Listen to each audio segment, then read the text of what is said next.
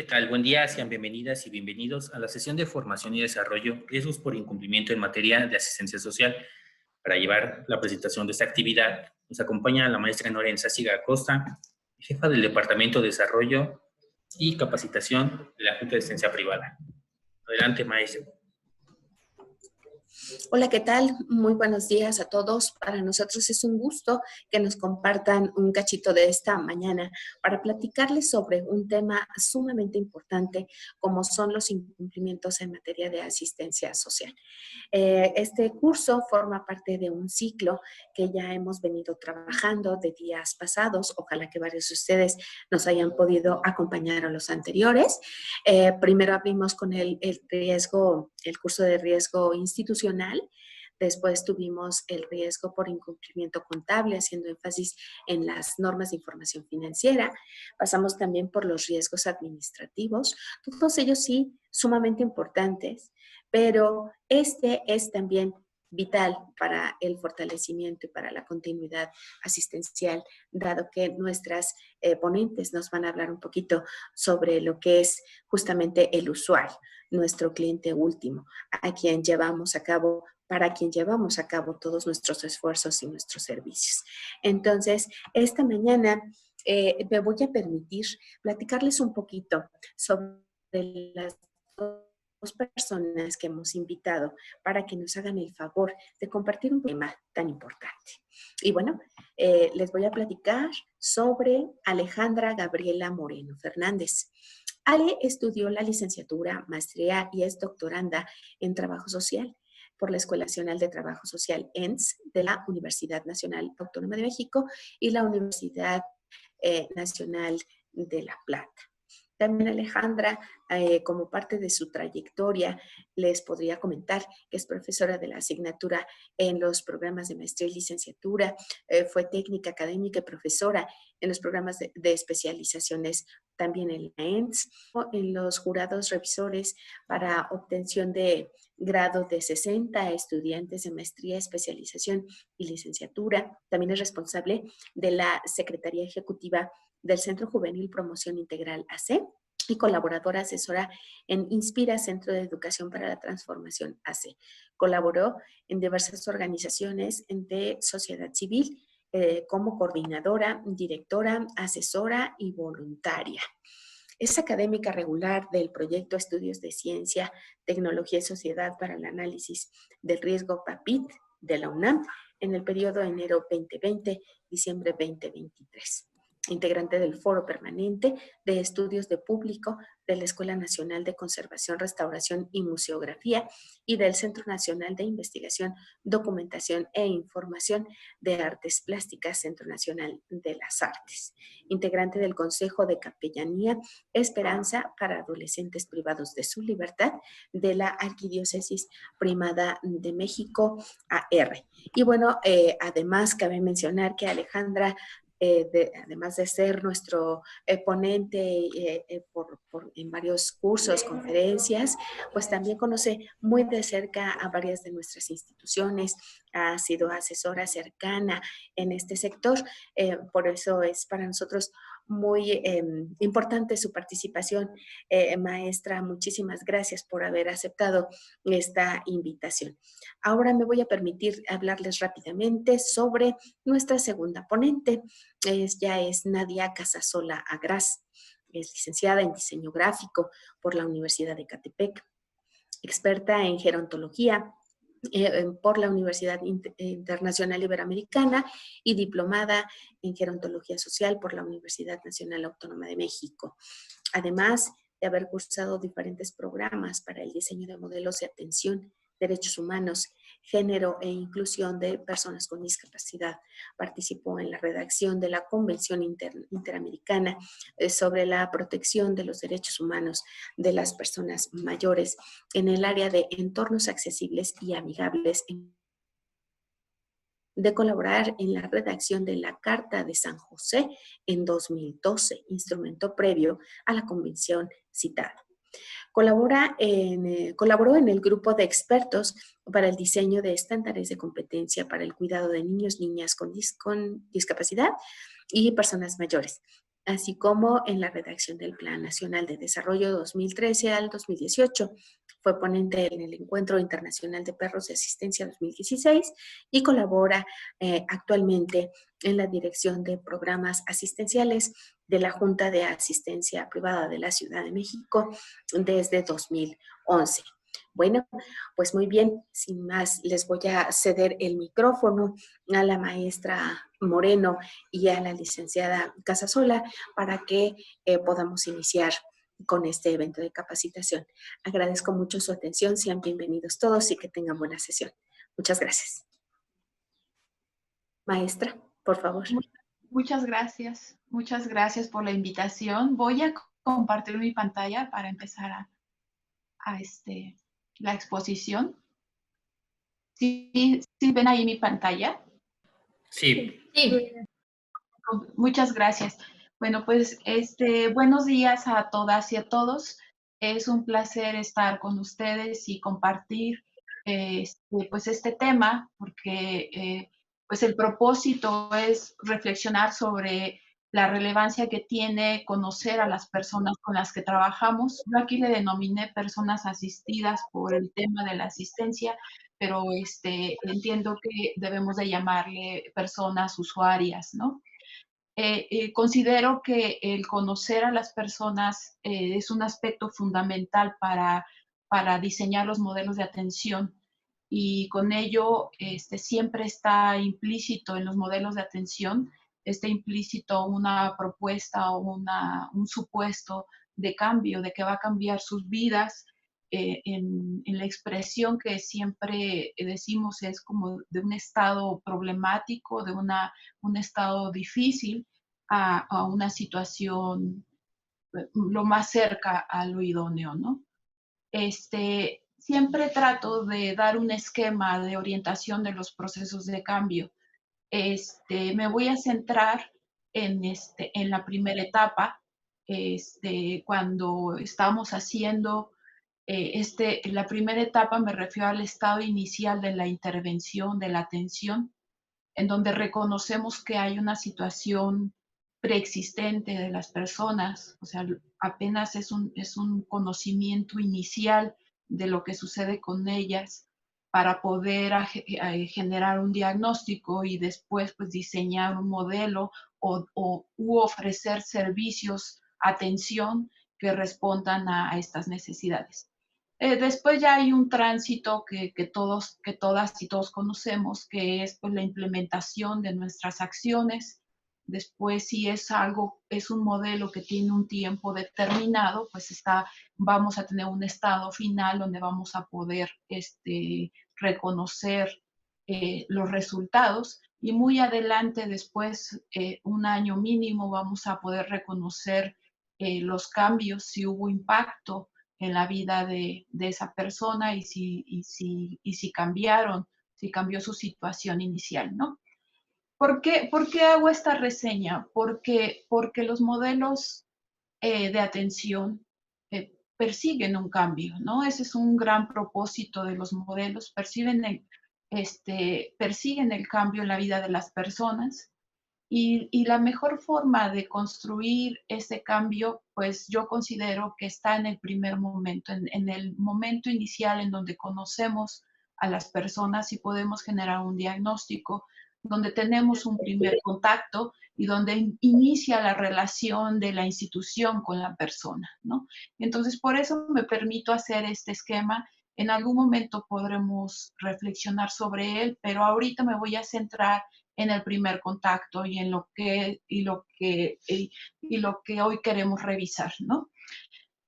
¿Cuál es la relevancia que tiene conocer, o por qué sostenemos esto de que hay que conocer a las personas y que es un aspecto fundamental en los modelos de atención? Bueno, porque hay supuestos de que en la medida en que conozcamos, que obtengamos conocimiento específico de las personas, nos acerca a las mejores pautas para intervenir, para atender, y con ello, pues alimentar el diseño de nuestros modelos y los servicios, y nos atrevemos a pensar que con este conocimiento directo de las personas hay mayor posibilidad de cambio, ¿no? Se posibilitan los cambios. Entonces, bueno, este conocimiento debería de fundamentar los diagnósticos que se tienen y desde una perspectiva en donde no solo los diagnósticos estén elaborados desde la mirada profesional, técnica de nuestro equipo de trabajo, sino que además integre la voz de las personas, ¿no? Y ahorita más adelante voy a hablar a qué me refiero con la voz de las personas. Entonces, tener este conocimiento específico también nos va a permitir reconocer su diversidad, ¿no? Sus historias individuales, su dimensión emocional, sus intereses, las expectativas, pero no solo ello, sino también nos permite conocer todas sus estrategias personales de afrontamiento para recolectarlas como una forma de incorporarlas al proceso, ¿no? Por supuesto, nos permite identificar o conocer las necesidades de las personas desde su propia voz y además reconocerlas en su capacidad, pues, de decidir respecto a su vida, ¿no? También institucionalmente, recolectar este conocimiento directo de las personas, pues nos permite reflexionar sobre los servicios que actualmente se brindan y cómo podríamos diseñar nuevos o replantearlos, ¿no? Nos permite además construir un vínculo entre la institución y la persona y con ello invitar a que la persona se involucre y que tenga participación activa dentro de los procesos que va a experimentar cuando esté en vínculo con la institución, ¿no? También nos permite, y esto es un elemento muy importante, nos permite una aproximación a la manifestación o los efectos que tiene una condición problemática en su vida cotidiana y desde su propia voz, ¿no? No sería entonces solo la información técnica la que podemos observar desde la investigación del gabinete, de lo abstracto, o la recolección de estadísticas, sino sería entonces conocer cómo un problema afecta las áreas de vida de una persona en su vida cotidiana. Y es una dimensión a la que pocos modelos documentan, ¿no? O acceden.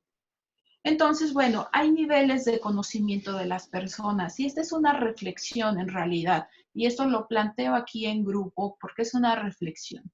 Porque, bueno, se considera que hay unas capas como son muy lejanas.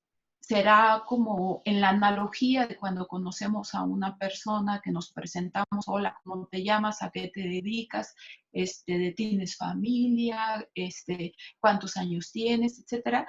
En esa medida vamos a ir, cuando conocemos a una persona, vamos profundizando en el conocimiento de ella.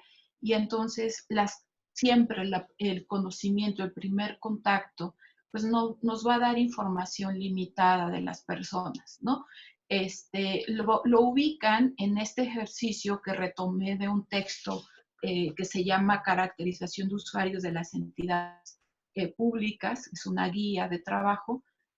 Yo lo retomo y hago la adaptación a lo que queríamos preparar para hoy y a la reflexión que he estado haciendo en los últimos años con mis alumnas y mis alumnos. Es que regularmente en los procesos de investigación social o de conocimiento de la población, pues lo que recolectamos en un primer momento son estadísticas que son cuantificables, que lo ubican totalmente en un enfoque de objetividad y estas estadísticas pues nos hablan generalidades de los grupos poblacionales y esto se considera que por algunas personas que es conocimiento limitado, ¿no? La forma de complementarlo y la forma de acceder y profundizar en el conocimiento de las personas, pues sí, es ir avanzando en la profundidad de esas capas. En un primer momento hablamos, después de lo geográfico, que sería como la ubicación de la comunidad en donde se encuentra la persona, es decir, las estadísticas regionales, locales, etcétera. Después pasamos a un estudio sociodemográfico, que ahí puede ser el estudio que se hace desde trabajo social, ¿no? Que también se le llama, depende, en algunos lugares se le sigue llamando estudio socioeconómico, en algunos lugares se le llama estudio social, porque trasciende las variables solamente económicas, ¿no? Y después hay una dimensión perceptual, ¿no? De donde podemos acceder a las valoraciones que hacen las personas sobre su propia realidad o sobre una situación problemática de su entorno y de su contexto.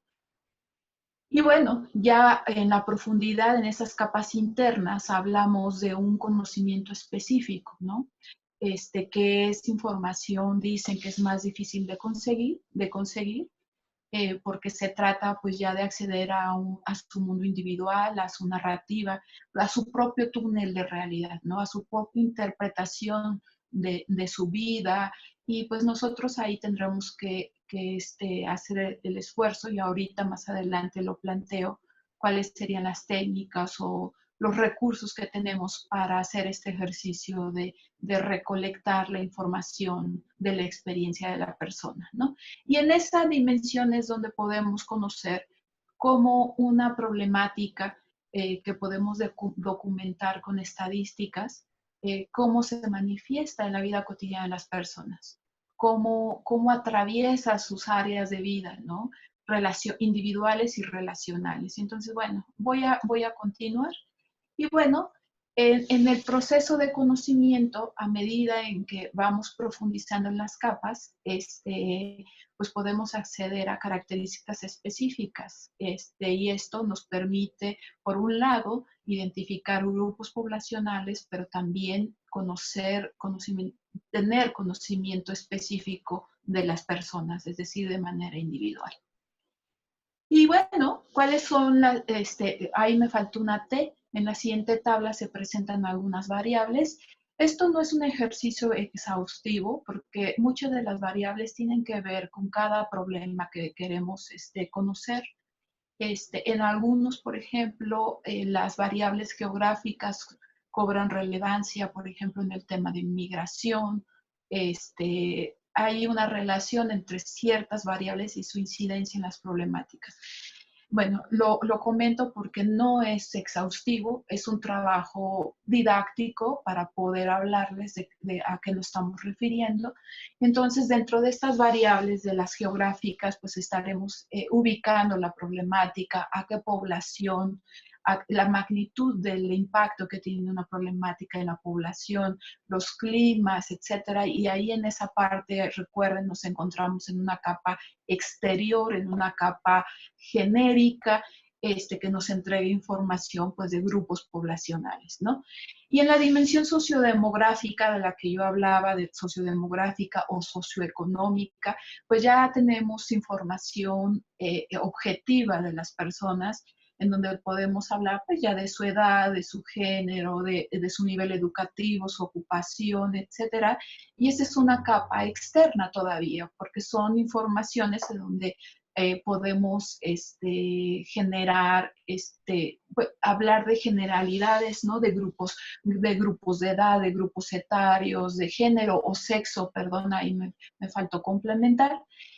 Y bueno, y en el nivel perceptual, les decía, pues en realidad son las valoraciones, los procesos de pensamiento de las personas sobre sus interpretaciones, valoración positiva, negativa de una condición o de un problema social, ¿no?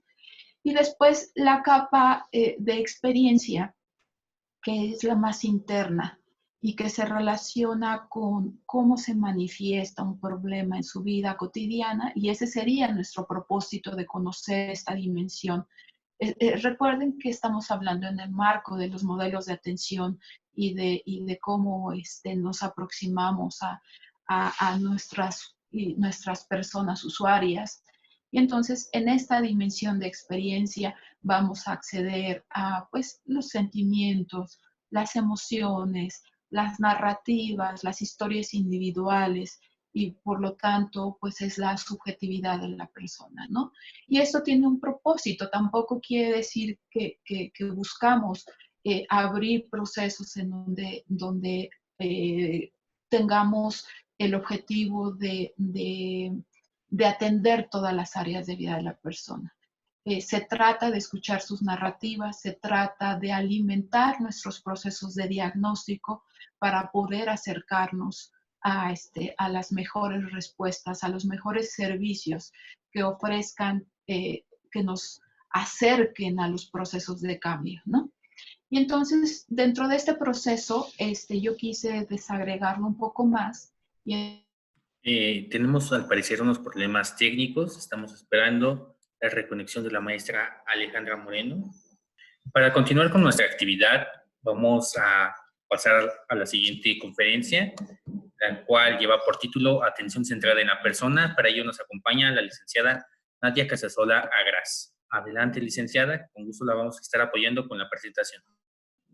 Bien, en esta ocasión les voy a hablar de la atención centrada en la persona, muy de la mano de lo que abordaba la maestra Moreno. Y el objetivo de esta sesión es abordar los elementos esenciales del enfoque de atención centrado en la persona, cuyo fin es el de conseguir una mayor calidad de vida de nuestra persona usuaria, un desarrollo satisfactorio de esta, teniendo en cuenta sus expectativas y capacidades individuales, involucrando, claro, a la familia en el proceso de atención, así como en el diseño de sus planes de atención. Siguiente diapositiva, por favor.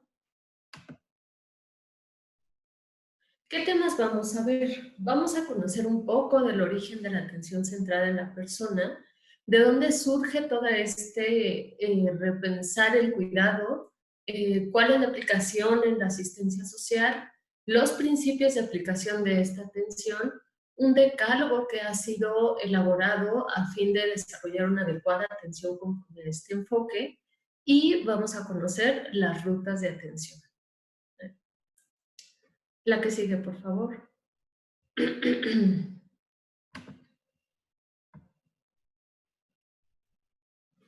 Es muy frecuente atribuir el origen de la atención centrada en la persona a Carl Rogers. Este fue un psicoterapeuta enmarcado en la corriente de psicología humanística, quien formuló la terapia centrada en el cliente alrededor de 1961. Su hipótesis era que el individuo posee en sí mismo medios para la autocomprensión y para el cambio del concepto de sí mismo, las actitudes y del comportamiento autodirigido. Las actitudes y cualidades del terapeuta en este enfoque parten de la capacidad de aceptación incondicional del otro, la empatía y la autenticidad para el buen resultado del proceso terapéutico. De este modo, el profesional va a adquirir un rol no directivo y este rol no directivo de la atención es el elemento esencial en el que se centra el proceso terapéutico.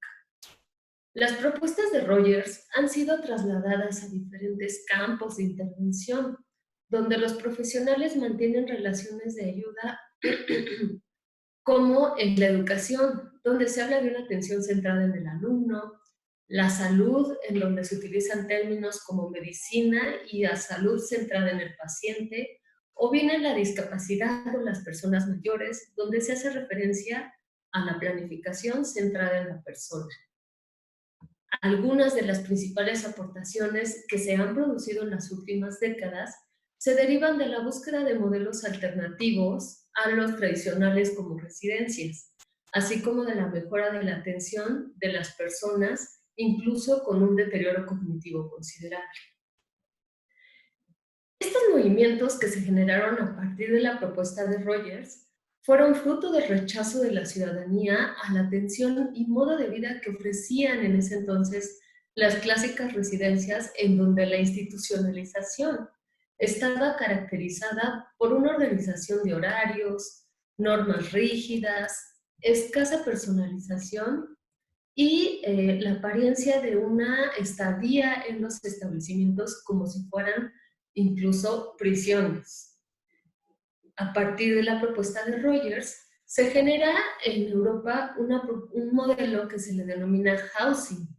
Este apuesta por un despliegue diversificado de apoyos y recursos que permiten a las personas usuarias seguir incluso en su casa o bien estar fuera de casa, pero como en casa. Los alojamientos que se enmarcaban en este entonces en el modelo housing buscaban garantizar el trato digno y la defensa de los derechos de las personas usuarias y especialmente de quienes se encuentran en una situación de dependencia y requieren, por tanto, ser cuidadas por otros. Cabe destacar que algunas características de este modelo eran que apostaban por una organización en pequeñas unidades de convivencia, de 6 a 20 personas, en donde les permitían y animaban que las personas lleven sus propiedades como muebles, pertenencias, esto con el fin de construir un hogar propio y un entorno realmente significativo.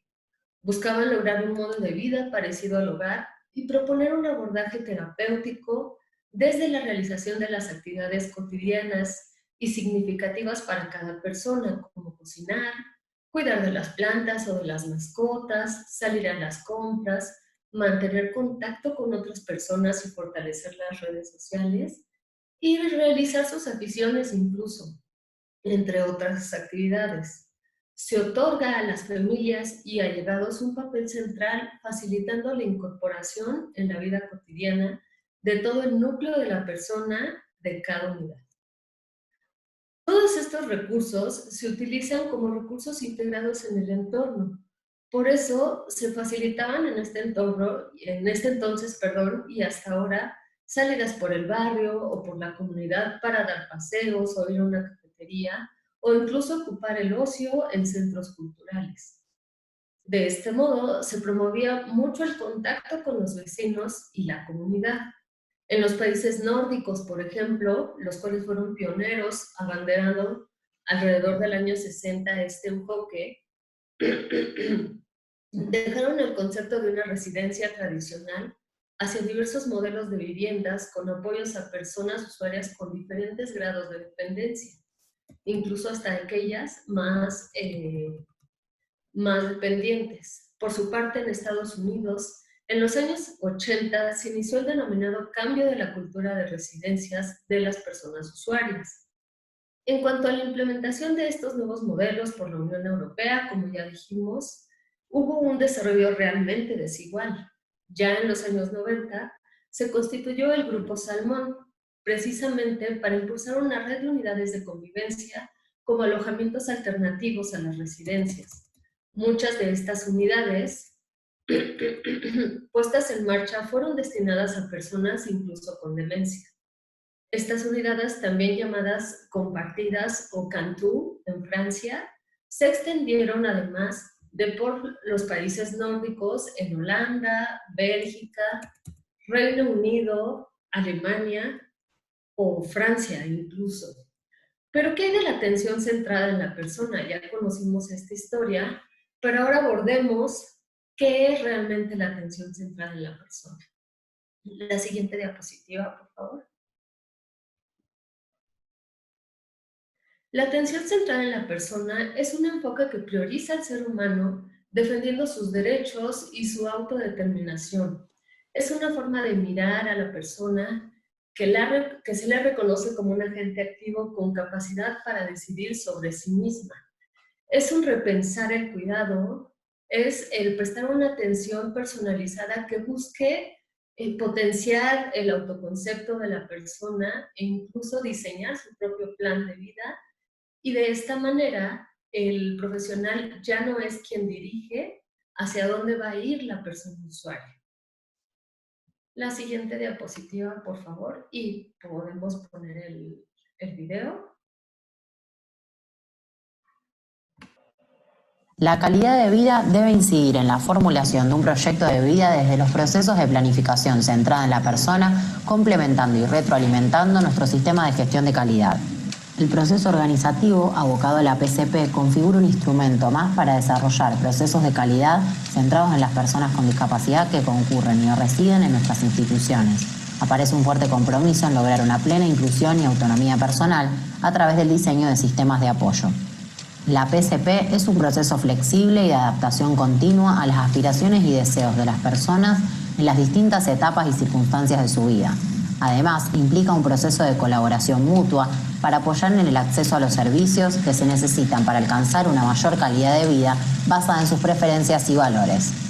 Desarrolla un conjunto de estrategias para potenciar la toma de decisiones personales, incluyendo las decisiones del círculo de apoyo. El enfoque de la calidad de vida se basa en el respeto a la persona, a su experiencia, el conocimiento y la sabiduría de su círculo cercano.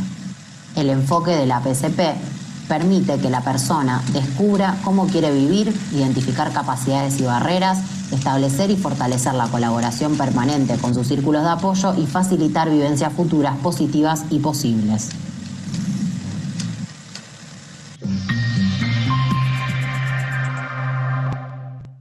Listo.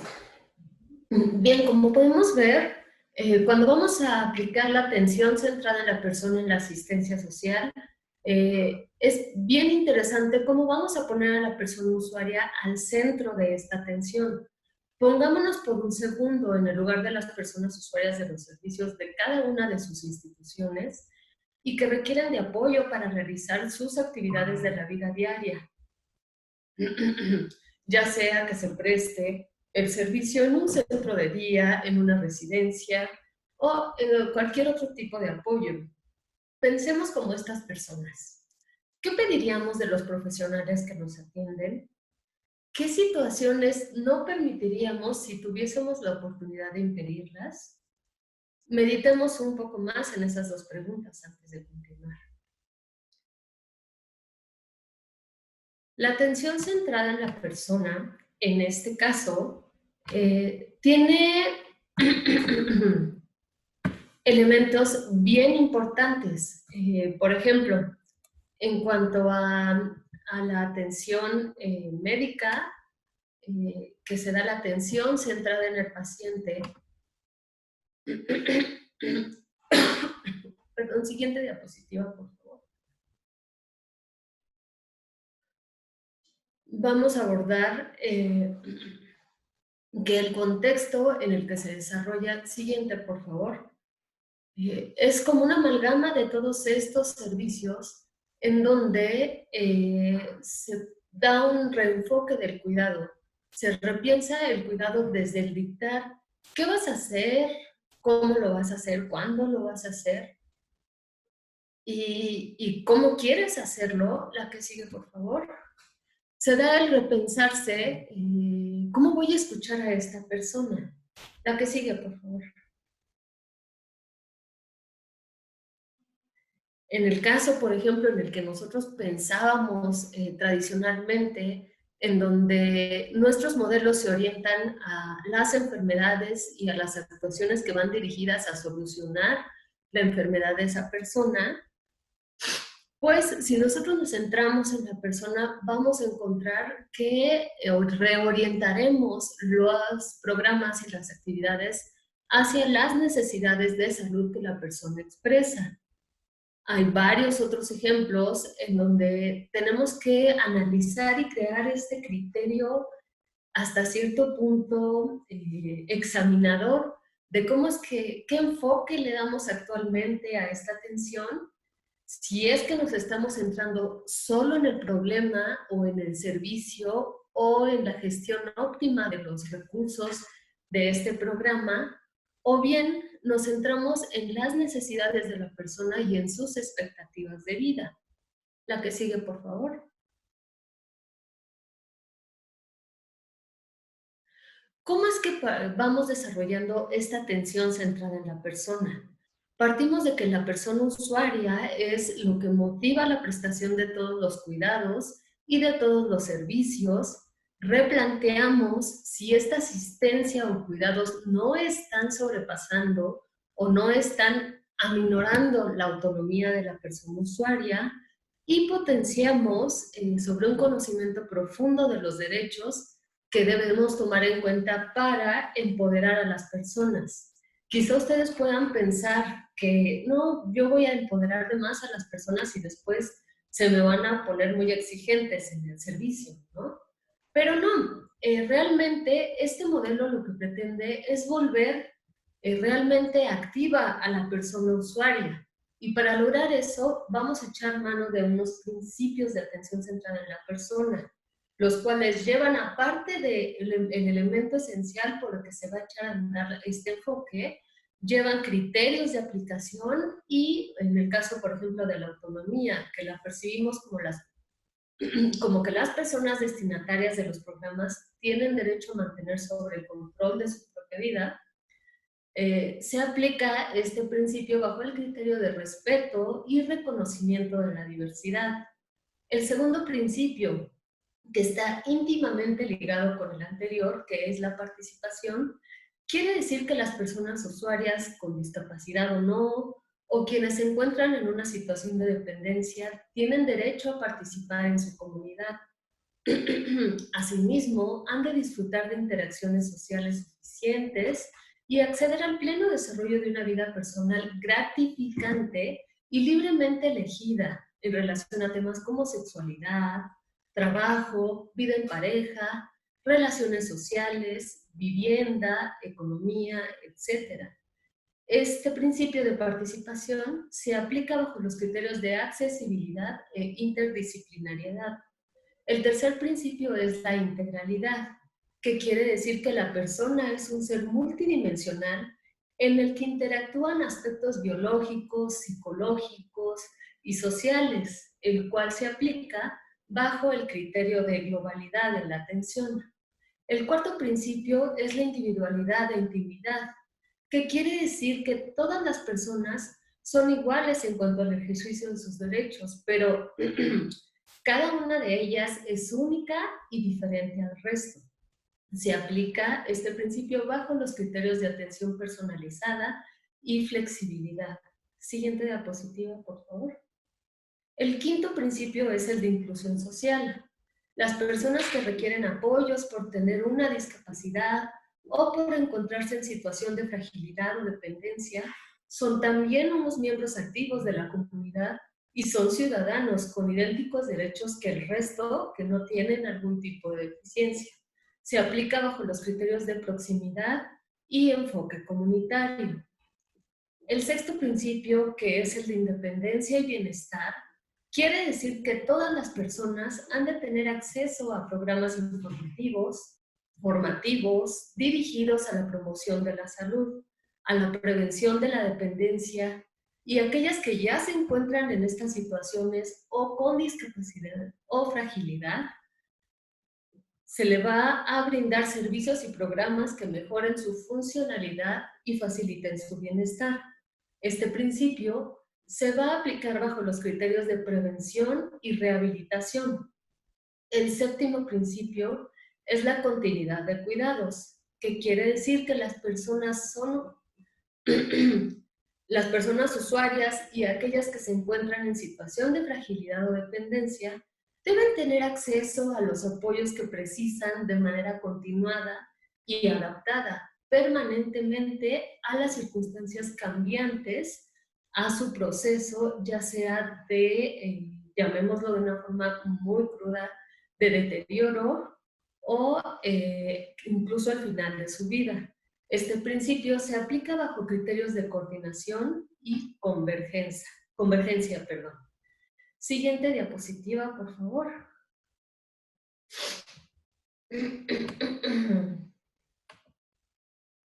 Siguiente diapositiva.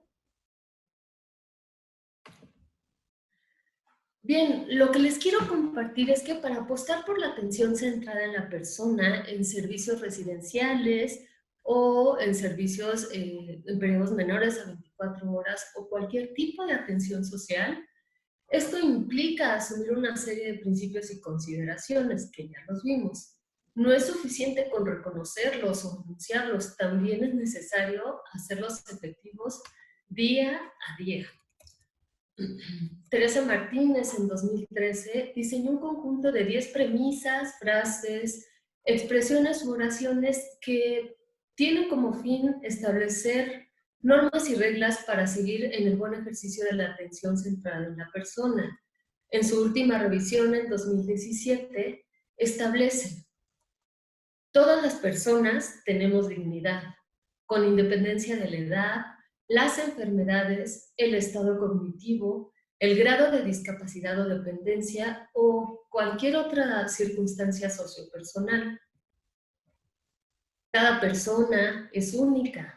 Ninguna persona es mayor a otra o igual. Cada persona tiene su propio proyecto vital y sus propias expectativas. 3. La biografía es la razón esencial de la singularidad. La biografía es lo que convierte en única a cada persona usuaria.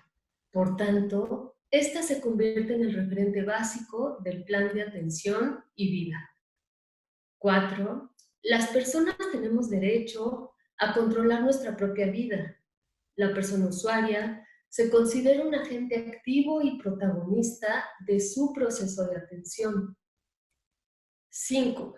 Las personas con grave deterioro cognitivo o con un grado mayor de dependencia también tienen derecho a ejercer su autonomía. La autonomía no se entiende como una capacidad única y fija. Por tanto, no se renuncia a trabajar desde la autonomía de las personas gravemente afectadas, identificando oportunidades y apoyos que permitan su ejercicio. 6. Todas las personas tenemos fortalezas y capacidades. Las personas usuarias, aún teniendo altos niveles de dependencia, también tienen fortalezas y capacidades. Por tanto, la atención profesional no debe fijarse solo en déficits y limitaciones, sino que ha de poner la mirada en fortalezas y sus capacidades de cada persona. Se deben relacionar desde ellas y buscar el fortalecimiento de las mismas. 7. El ambiente físico influye en el comportamiento y bienestar subjetivo, especialmente en las personas con deterioro cognitivo o con gran dependencia. El ambiente físico cobra una gran importancia en relación al bienestar subjetivo. 8. La actividad cotidiana tiene una gran importancia en el bienestar personal. Lo cotidiano, lo que sucede día a día, las actividades que realizan las personas usuarias, influyen de manera determinante en su bienestar físico y subjetivo. 9. El ser humano es un ser social y nos relacionamos desde relaciones de interdependencia. Desarrollamos y vivimos vínculos en relaciones sociales y todos necesitamos de los demás para convivir y realizarnos plenamente. Y 10. Las personas somos seres multidimensionales, dinámicos y sujetos a cambios. Las personas usuarias interactúan aspectos biológicos, psicológicos, sociales y espirituales. Se precisan entonces apoyos diversos y ajustados a las diferentes situaciones. Por tanto, resulta imprescindible ofrecer una atención que integre intervenciones integrales, coordinadas y flexibles. Siguiente diapositiva, por favor.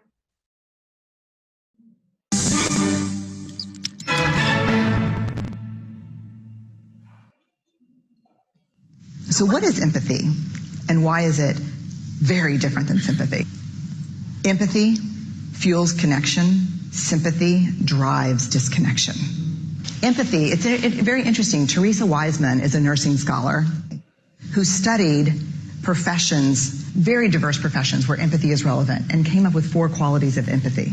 Perspective taking, the ability to take the perspective of another person or recognize their perspective as their truth. Staying out of judgment, not easy when you enjoy it as much as most of us do. Recognizing emotion in other people and then communicating that. Empathy is feeling with people. And to me, I always think of empathy as this kind of sacred space when someone's kind of in a deep hole and they shout out from the bottom and they say, I'm stuck, it's dark, I'm overwhelmed. And then we look and we say, hey, you climb down. I know what it's like down here, and you're not alone. Sympathy is, ooh, it's bad, no, you want a sandwich? Empathy is a choice, and it's a vulnerable choice, because in order to connect with you, I have to connect with something in myself that knows that feeling. Rarely, if ever, does an empathic response begin with "at least." And we do it all the time, because you know what? Someone just shared something with us that's incredibly painful, and we're trying to silver lining it. I don't think that's a verb, but I'm using it as one. We're trying to put the silver lining around it. So, I had a miscarriage. Oh, at least you know you can get pregnant. I think my marriage is falling apart. At least you have a marriage. John's getting kicked out of school. At least Sarah is an A student. But one of the things we do sometimes in the face of very difficult conversations is we try to make things better. If I share something with you that's very difficult, I'd rather you say, I don't even know what to say right now, I'm just so glad you told me. Because the truth is, rarely can a response make something better. What makes something better is connection. Bien, como podemos ver, la atención centrada en la persona realmente implica, aparte de repensar el cuidado, de un esfuerzo por ser empáticos con esa persona usuaria. Quiero compartirles también que hay una fundación en España que se encarga de extender este enfoque de atención. Esta se llama Matía Fundación. Esta iniciativa de las rutas es una iniciativa conjunta entre Matía Fundación y ACP Gerontología, que surge a partir del recorrido realizado por esta en el progreso hacia una atención centrada en la persona. Su propósito fundamental es facilitar la integración del conocimiento existente, las experiencias exitosas que han tenido al aplicar este enfoque, así como los diferentes aprendizajes adquiridos. Todo ello a través de la acción y la reflexión de equipos profesionales responsables de los distintos servicios ofrecidos en las instituciones hacia las personas usuarias y hacia sus familias. Las reflexiones y aprendizajes de todos ellos se han concentrado en el diseño de estas rutas de aplicación y de extensión de la ACP. Cada ruta pretende además servir como un impulso, una guía para que se pueda aplicar este enfoque, ahora más necesario como en esta pandemia que vivimos ya desde hace 2 años. Pero, ¿qué es una ruta de avance y cuál es su finalidad? Las rutas son un conjunto de consideraciones, acciones y elementos refrendados por el conocimiento existente y validados por las experiencias recogidas en diferentes establecimientos y servicios. Su finalidad es orientar a cada una de las instituciones que prestan apoyos sociales en el diseño de la estrategia propia para que la trayectoria de aplicación de la ACP tenga la necesaria globalidad y la clara orientación para satisfacer al cliente último, a la persona usuaria. ¿Qué información se va a encontrar en cada ruta?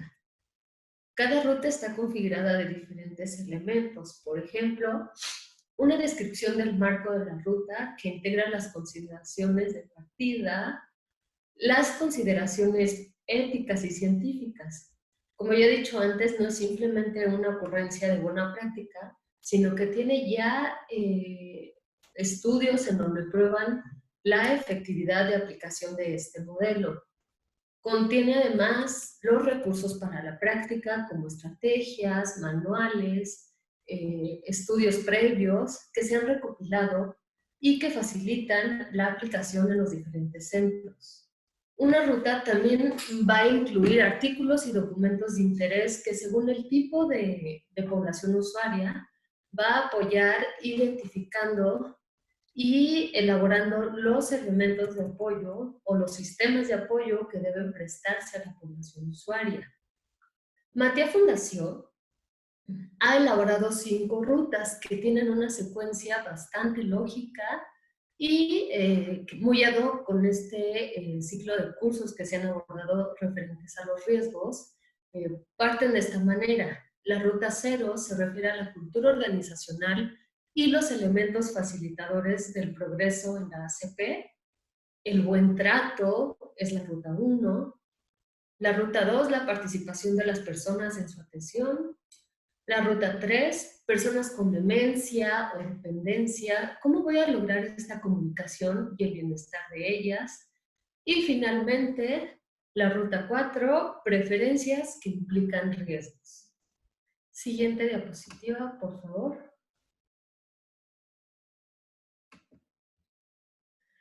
Bien, en cuanto a la atención centrada en la persona, pues yo les puedo decir que tenemos retos. La atención centrada en la persona es un enfoque aceptado en los países más avanzados y a lo mejor tú me vas a decir, ay Nadia, por favor, México no está tan avanzado en políticas sociales o la aplicación de los derechos incluso es muy limitada. Tenemos numerosos retos a los que dar respuesta, retos que implican muchos agentes, profesionales, personas usuarias, patronatos, la administración pública, las empresas privadas, donantes, etc. Pero lo que se persigue es recuperar y construir un nuevo rol profesional. Perdón. ¿Qué digo cuando hablo de construir un nuevo rol profesional? Es cambiar la visión en relación a los profesionales. Supongo un cambio de rol abandonando la idea de que el profesional es el único experto y por tanto quien debe de tomar las decisiones respecto a la atención de la persona usuaria. Se precisa de una actitud humilde y abierta a la revisión y a la innovación. Obliga a ser coherentes entre lo que declaramos y lo que hacemos. Se precisa promover cambios, algunas veces en el diseño arquitectónico y configuración de los espacios en las instituciones, especialmente en las residencias. En los modelos de gestión también se requieren hacer cambios de cada uno de los centros respecto a procesos, protocolos, programas, para que sean acordes a este enfoque y modelo de atención. Incluso se precisan hacer cambios en las normas del centro y organización de los servicios para que éstas sean mucho más flexibles y cumplan con todas las necesidades y expectativas de las personas usuarias. En los sistemas de evaluación de la calidad también se harán cambios, puesto que estos se centran solo en la calidad de la gestión y no se enfocan, a pesar de ser un término que usamos en el argot social, no se enfocan realmente en definir cuál es la calidad de vida de mi grupo poblacional de atención y cómo es que mido realmente si ésta tiene una mayor calidad de vida al hacer uso de mis servicios. Cabe mencionar que existen metodologías para medir la calidad de vida en prácticamente todos los tipos de población usuaria. Bien, entonces, no toda intervención es acorde a la atención centrada en la persona. No todo modelo de atención o metodología puede ser considerado como que cumple con este enfoque, aunque acojan la denominación de atención centrada en la persona. Por ejemplo, cuando hablamos de calidad de vida, no precisamente puedo entregar evidencia científica de que sí estoy elevando la calidad de vida de la persona usuaria. Se precisa poner de un mayor conocimiento y realizar estudios dentro de nuestra institución a fondo en temas como diseño de intervenciones terapéuticas, insertadas en actividades de la vida diaria que realmente sean significativas, la sistematización y validación de modelos aplicados y metodologías acordes a la atención centrada en la persona, y el diseño de instrumentos de evaluación de los servicios por parte de las personas usuarias, de los servicios por parte de las familias e incluso de los servicios por parte de los mismos profesionales. La siguiente diapositiva, por favor. Hemos de saber que los modelos basados en una atención centrada en la persona están ya extendidos en países más desarrollados, tanto Europa, Norteamérica, Australia. Y estos estudios de coste-efectividad realizados no apuntan necesariamente al uso de un mayor monto de recursos, tanto económicos como humanos, sino que se vincula a una articulación de este enfoque de atención entre los profesionales. Hay distintos estudios que demuestran en otros países que incluso señalan ahorros en costes indirectos, como el consumo de fármacos, el menor ausentismo laboral, etc. No es imprescindible generar una nueva cultura de derechos o de la atención. No es que nos hagamos fanáticos de la defensa de los derechos de las personas a las que atendemos, sino que hay que generar una nueva cultura de calidad en servicios sociales, otorgando la protección y seguridad que realmente necesitan nuestras instituciones hacia las personas. ¿Tenemos riesgos? Sí. Optar por un modelo de atención centrada en la persona es asumir y, por tanto, llevar a cabo una forma determinada de relación con las personas usuarias, permitiendo y apoyando que éstas tomen sus decisiones en la vida cotidiana, respetando sus preferencias, su identidad y su modo de vida. Esto no siempre resulta fácil. En México todavía tenemos un largo camino por recorrer. Y un momento, por favor. Voy a tomar un poquito de agua. Bien, no siempre resulta fácil y aún tenemos un largo camino porque partimos de centros y servicios que aún al día de hoy son diseñados desde objetivos que buscan una eficiencia organizativa, pero escasamente están orientados hacia las personas. En este momento de inicial desarrollo de la atención centrada en la persona, debemos evitar algunos riesgos que pueden surgir en la puesta en marcha de nuestros modelos. El primero es simplificar lo que es y suponer que la atención centrada en la persona y los modelos que se desarrollan, pues ya lo hacemos actualmente. Hemos de evitar quedarnos en modificaciones no sustanciales, no entender que partimos de modelos muy orientados a los servicios. Hemos de enfrentar cambios de gran magnitud y ante el miedo de estos, pues no realizarlo. Quiero decirles que no implica necesariamente el aplicar cambios de gran magnitud. No se trata de incorporar unas cuantas recomendaciones que nos hagan estar a la moda. Y también debemos de estar alertas ante la respuesta, como les dije, de eso ya lo hacemos, que en ocasiones surge sin haber chequeado antes a fondo la intervención cotidiana desde criterios que definan y concreten la atención ante este enfoque. Debemos evitar el riesgo también de alejar o disociar el enfoque de ACP de la evidencia científica.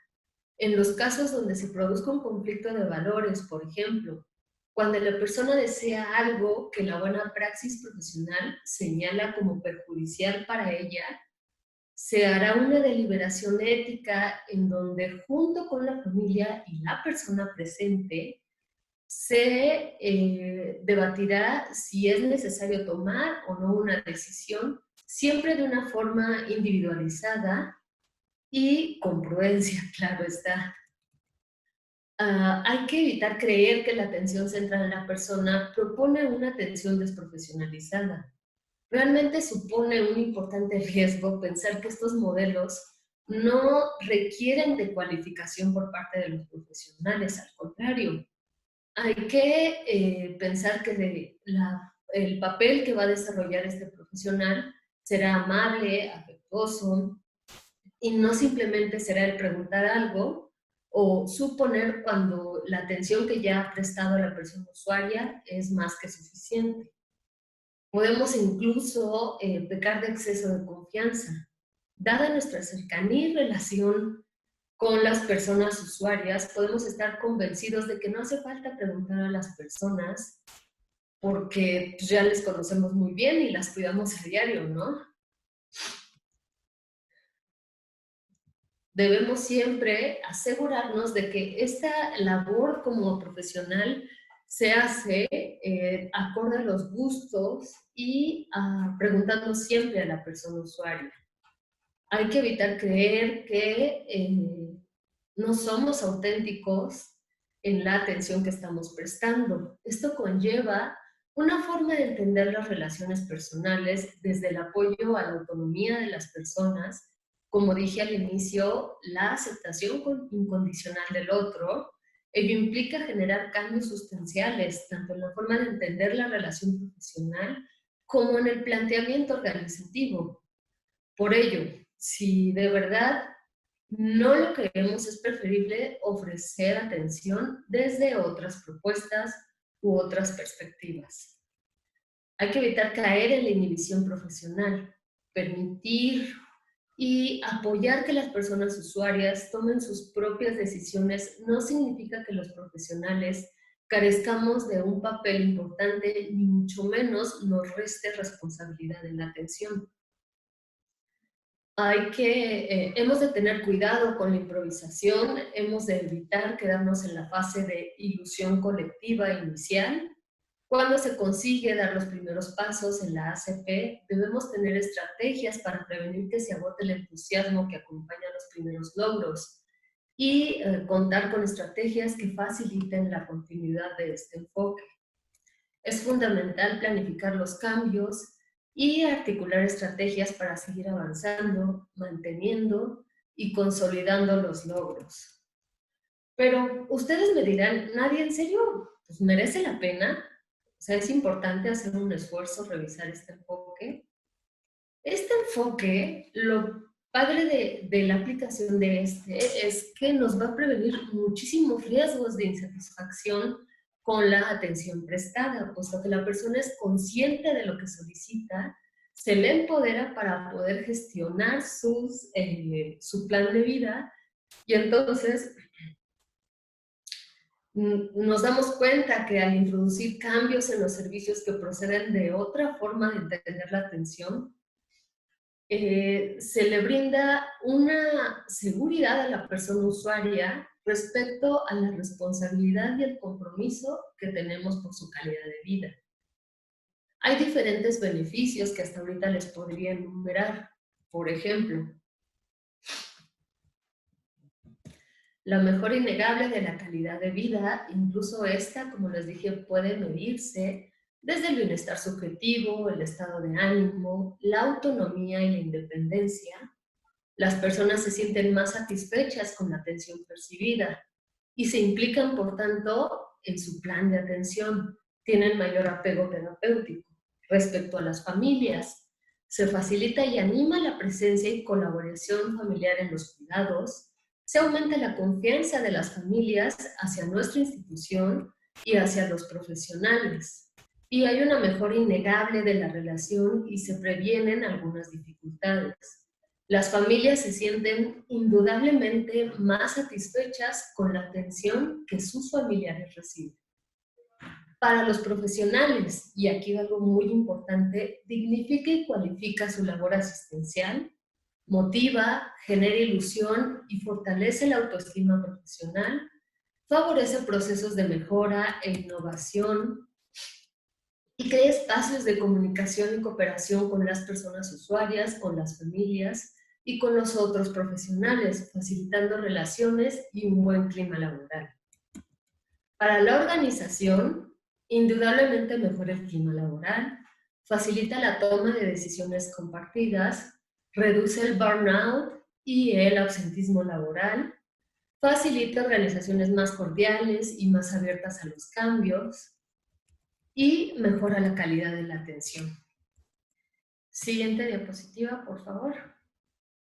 En conclusión, es hora ya de reclamar la defensa de derechos individuales y que la capacidad de decisión sobre la vida cotidiana y el respeto a la propia dignidad no se vea limitada por el hecho de ser o estar en una situación de desventaja o vulnerabilidad social, necesitar cuidados o vivir fuera del propio hogar.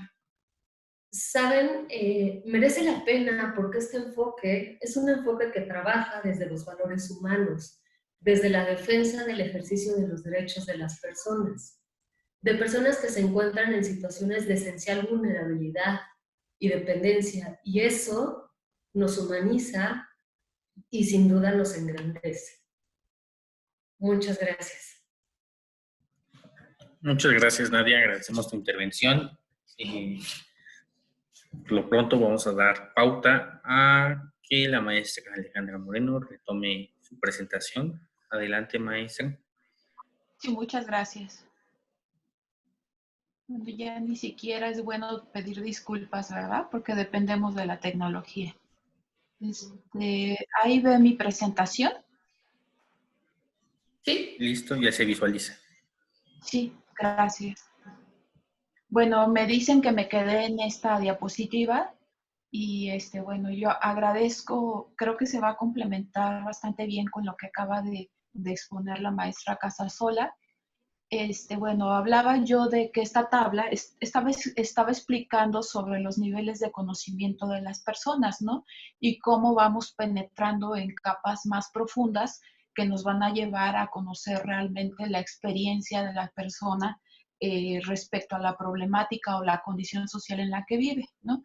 Y dentro de las variables sociodemográficas, pues decía, están la edad, el género, la educación, y como se ha expuesto anteriormente, pues desde su propia toma de decisiones, ¿no? Esta parte de las intuiciones, tanto profesionales como las personas que son las usuarias de nuestros modelos, pues contamos con las intuiciones de cómo podremos resolver nuestra situación, cómo podríamos cambiar nuestra vida. Y entonces también esto nos lleva a reflexiones donde podemos recolectar los propios recursos y formas de afrontamiento, porque digamos que la historia de la problemática, la historia de la persona, pues no inicia cuando la conocemos como institución, inició previamente y quizá tenga años, depende de qué tipo de problemática atendemos, tiene años que se está registrando y entonces la persona dentro de esa situación problemática ha desarrollado o cuenta con recursos propios para afrontar situaciones y son importantes para significarlas dentro del propio proceso de cambio, ¿no? Y por otro lado también es importante conocer las expectativas para su vida, tanto en el presente como en el futuro. Esto nos permite sentar las bases realistas de hacia dónde nos dirigimos en conjunto, ¿no? Tanto con la persona usuaria y por parte de la institución, ¿no? Y bueno, dentro de todo este gran esquema de trabajar con las personas, de acceder a su experiencia, de conocerla, pues aquí hay algunos supuestos que generamos desde el trabajo social, desde el abordaje social de las problemáticas, y es que el conocimiento específico, este conocimiento que en realidad es un conocimiento profundo de las personas, pues nos permitirá diseñar modelos de atención y servicios que sean efectivos. ¿Y en qué sentido efectivos? Que generen cambios en la vida de las personas, que ese es el gran propósito de nuestras acciones, es el gran propósito de las intervenciones sociales, generar algún cambio en la vida de las personas, ¿no? Algunos dicen que de un estado problemático a un estado ideal, algunas veces se ha criticado este planteamiento hacia un estado ideal. Yo plantearía que es hacia un estado donde la persona tenga mejor percepción de su vida, que se mejore su calidad de vida, etcétera, ¿no? Y entonces, dentro de este planteamiento de supuestos también es que los modelos de atención dirigidos a las personas puedan superar los abordajes genéricos que estandarizan o que adopten enfoques que estigmaticen a las personas, ¿no? Porque esto resultan perspectivas que limitan la atención definitivamente, ¿no? Y bueno, conocemos de cómo hemos transitado, por ejemplo, en algunos temas de discapacidad, cómo hemos transitado de modelos médicos a modelos médicos y sociales, ¿no? Donde se complementan. Y por supuesto que los modelos fundamentados en el trabajo con las personas van a evitar que la persona tenga la percepción que se impone un proceso de intervención o de atención, ¿no? Sino hay un involucramiento en donde se siente parte de su proceso. Y entonces, otro supuesto es que al construir el vínculo institución-persona, que debería de estar fundamentado en la escucha, se va a promover y animar el cambio con las personas, no exactamente, no desde el gabinete, no desde la mirada únicamente profesional, que es muy válida dentro del proceso, sino con esta mirada mixta, donde se incorpora la mirada profesional y la perspectiva de la persona sobre su propia vida, ¿no? Y entonces existe el supuesto de que cuando sucede esto que estoy planteando, que se construye un vínculo, que se escucha, que se promueve el cambio con ellas, existe el supuesto de que estos procesos generan adherencia, ¿no? Adherencia a todo el proceso de atención y que la persona se siente convencida de que está trabajando, de que está utilizando sus recursos, que está recibiendo un apoyo para poder cambiar su vida. Y bueno, un supuesto muy superior es que estos cambios que estamos generando se pueden sostener en el tiempo. Cuando la persona lo incorpora, lo interioriza como parte de una toma de decisiones propia, podría estar acercándonos a que son cambios que se sostienen en el tiempo, ¿no? Y entonces, dentro de todo esto, ¿cuáles son los recursos? Porque, bueno, está muy bonito hablar de cuál sería la expectativa del trabajo con las personas. Entonces, yo quise agregar aquí algunos recursos metodológicos que podríamos adoptar en los procesos de atención, en los primeros contactos con nuestras personas usuarias, en nuestros instrumentos de documentación institucional. Y bueno, la propuesta primera es que estos procesos de conocimiento y estudio de las personas tengan un enfoque mixto. O sea, que recolecten por un lado esta objetividad de las que les planteé, que significa esta capa externa donde recolectamos estadística, que documentamos la problemática, pero por otro lado también recolectar la subjetividad, que es aquella experiencia que tiene la persona sobre la propia problemática que está experimentando en su vida, ¿no? La persona o las personas, depende del enfoque. Y bueno, también dentro de estos recursos, pues la integración de la voz de las personas debe de hacerse como parte del proceso diagnóstico y del diseño de los modelos de atención, ¿no? Recuerden que cuando cuando documentamos, cuando estamos haciendo una entrevista, cuando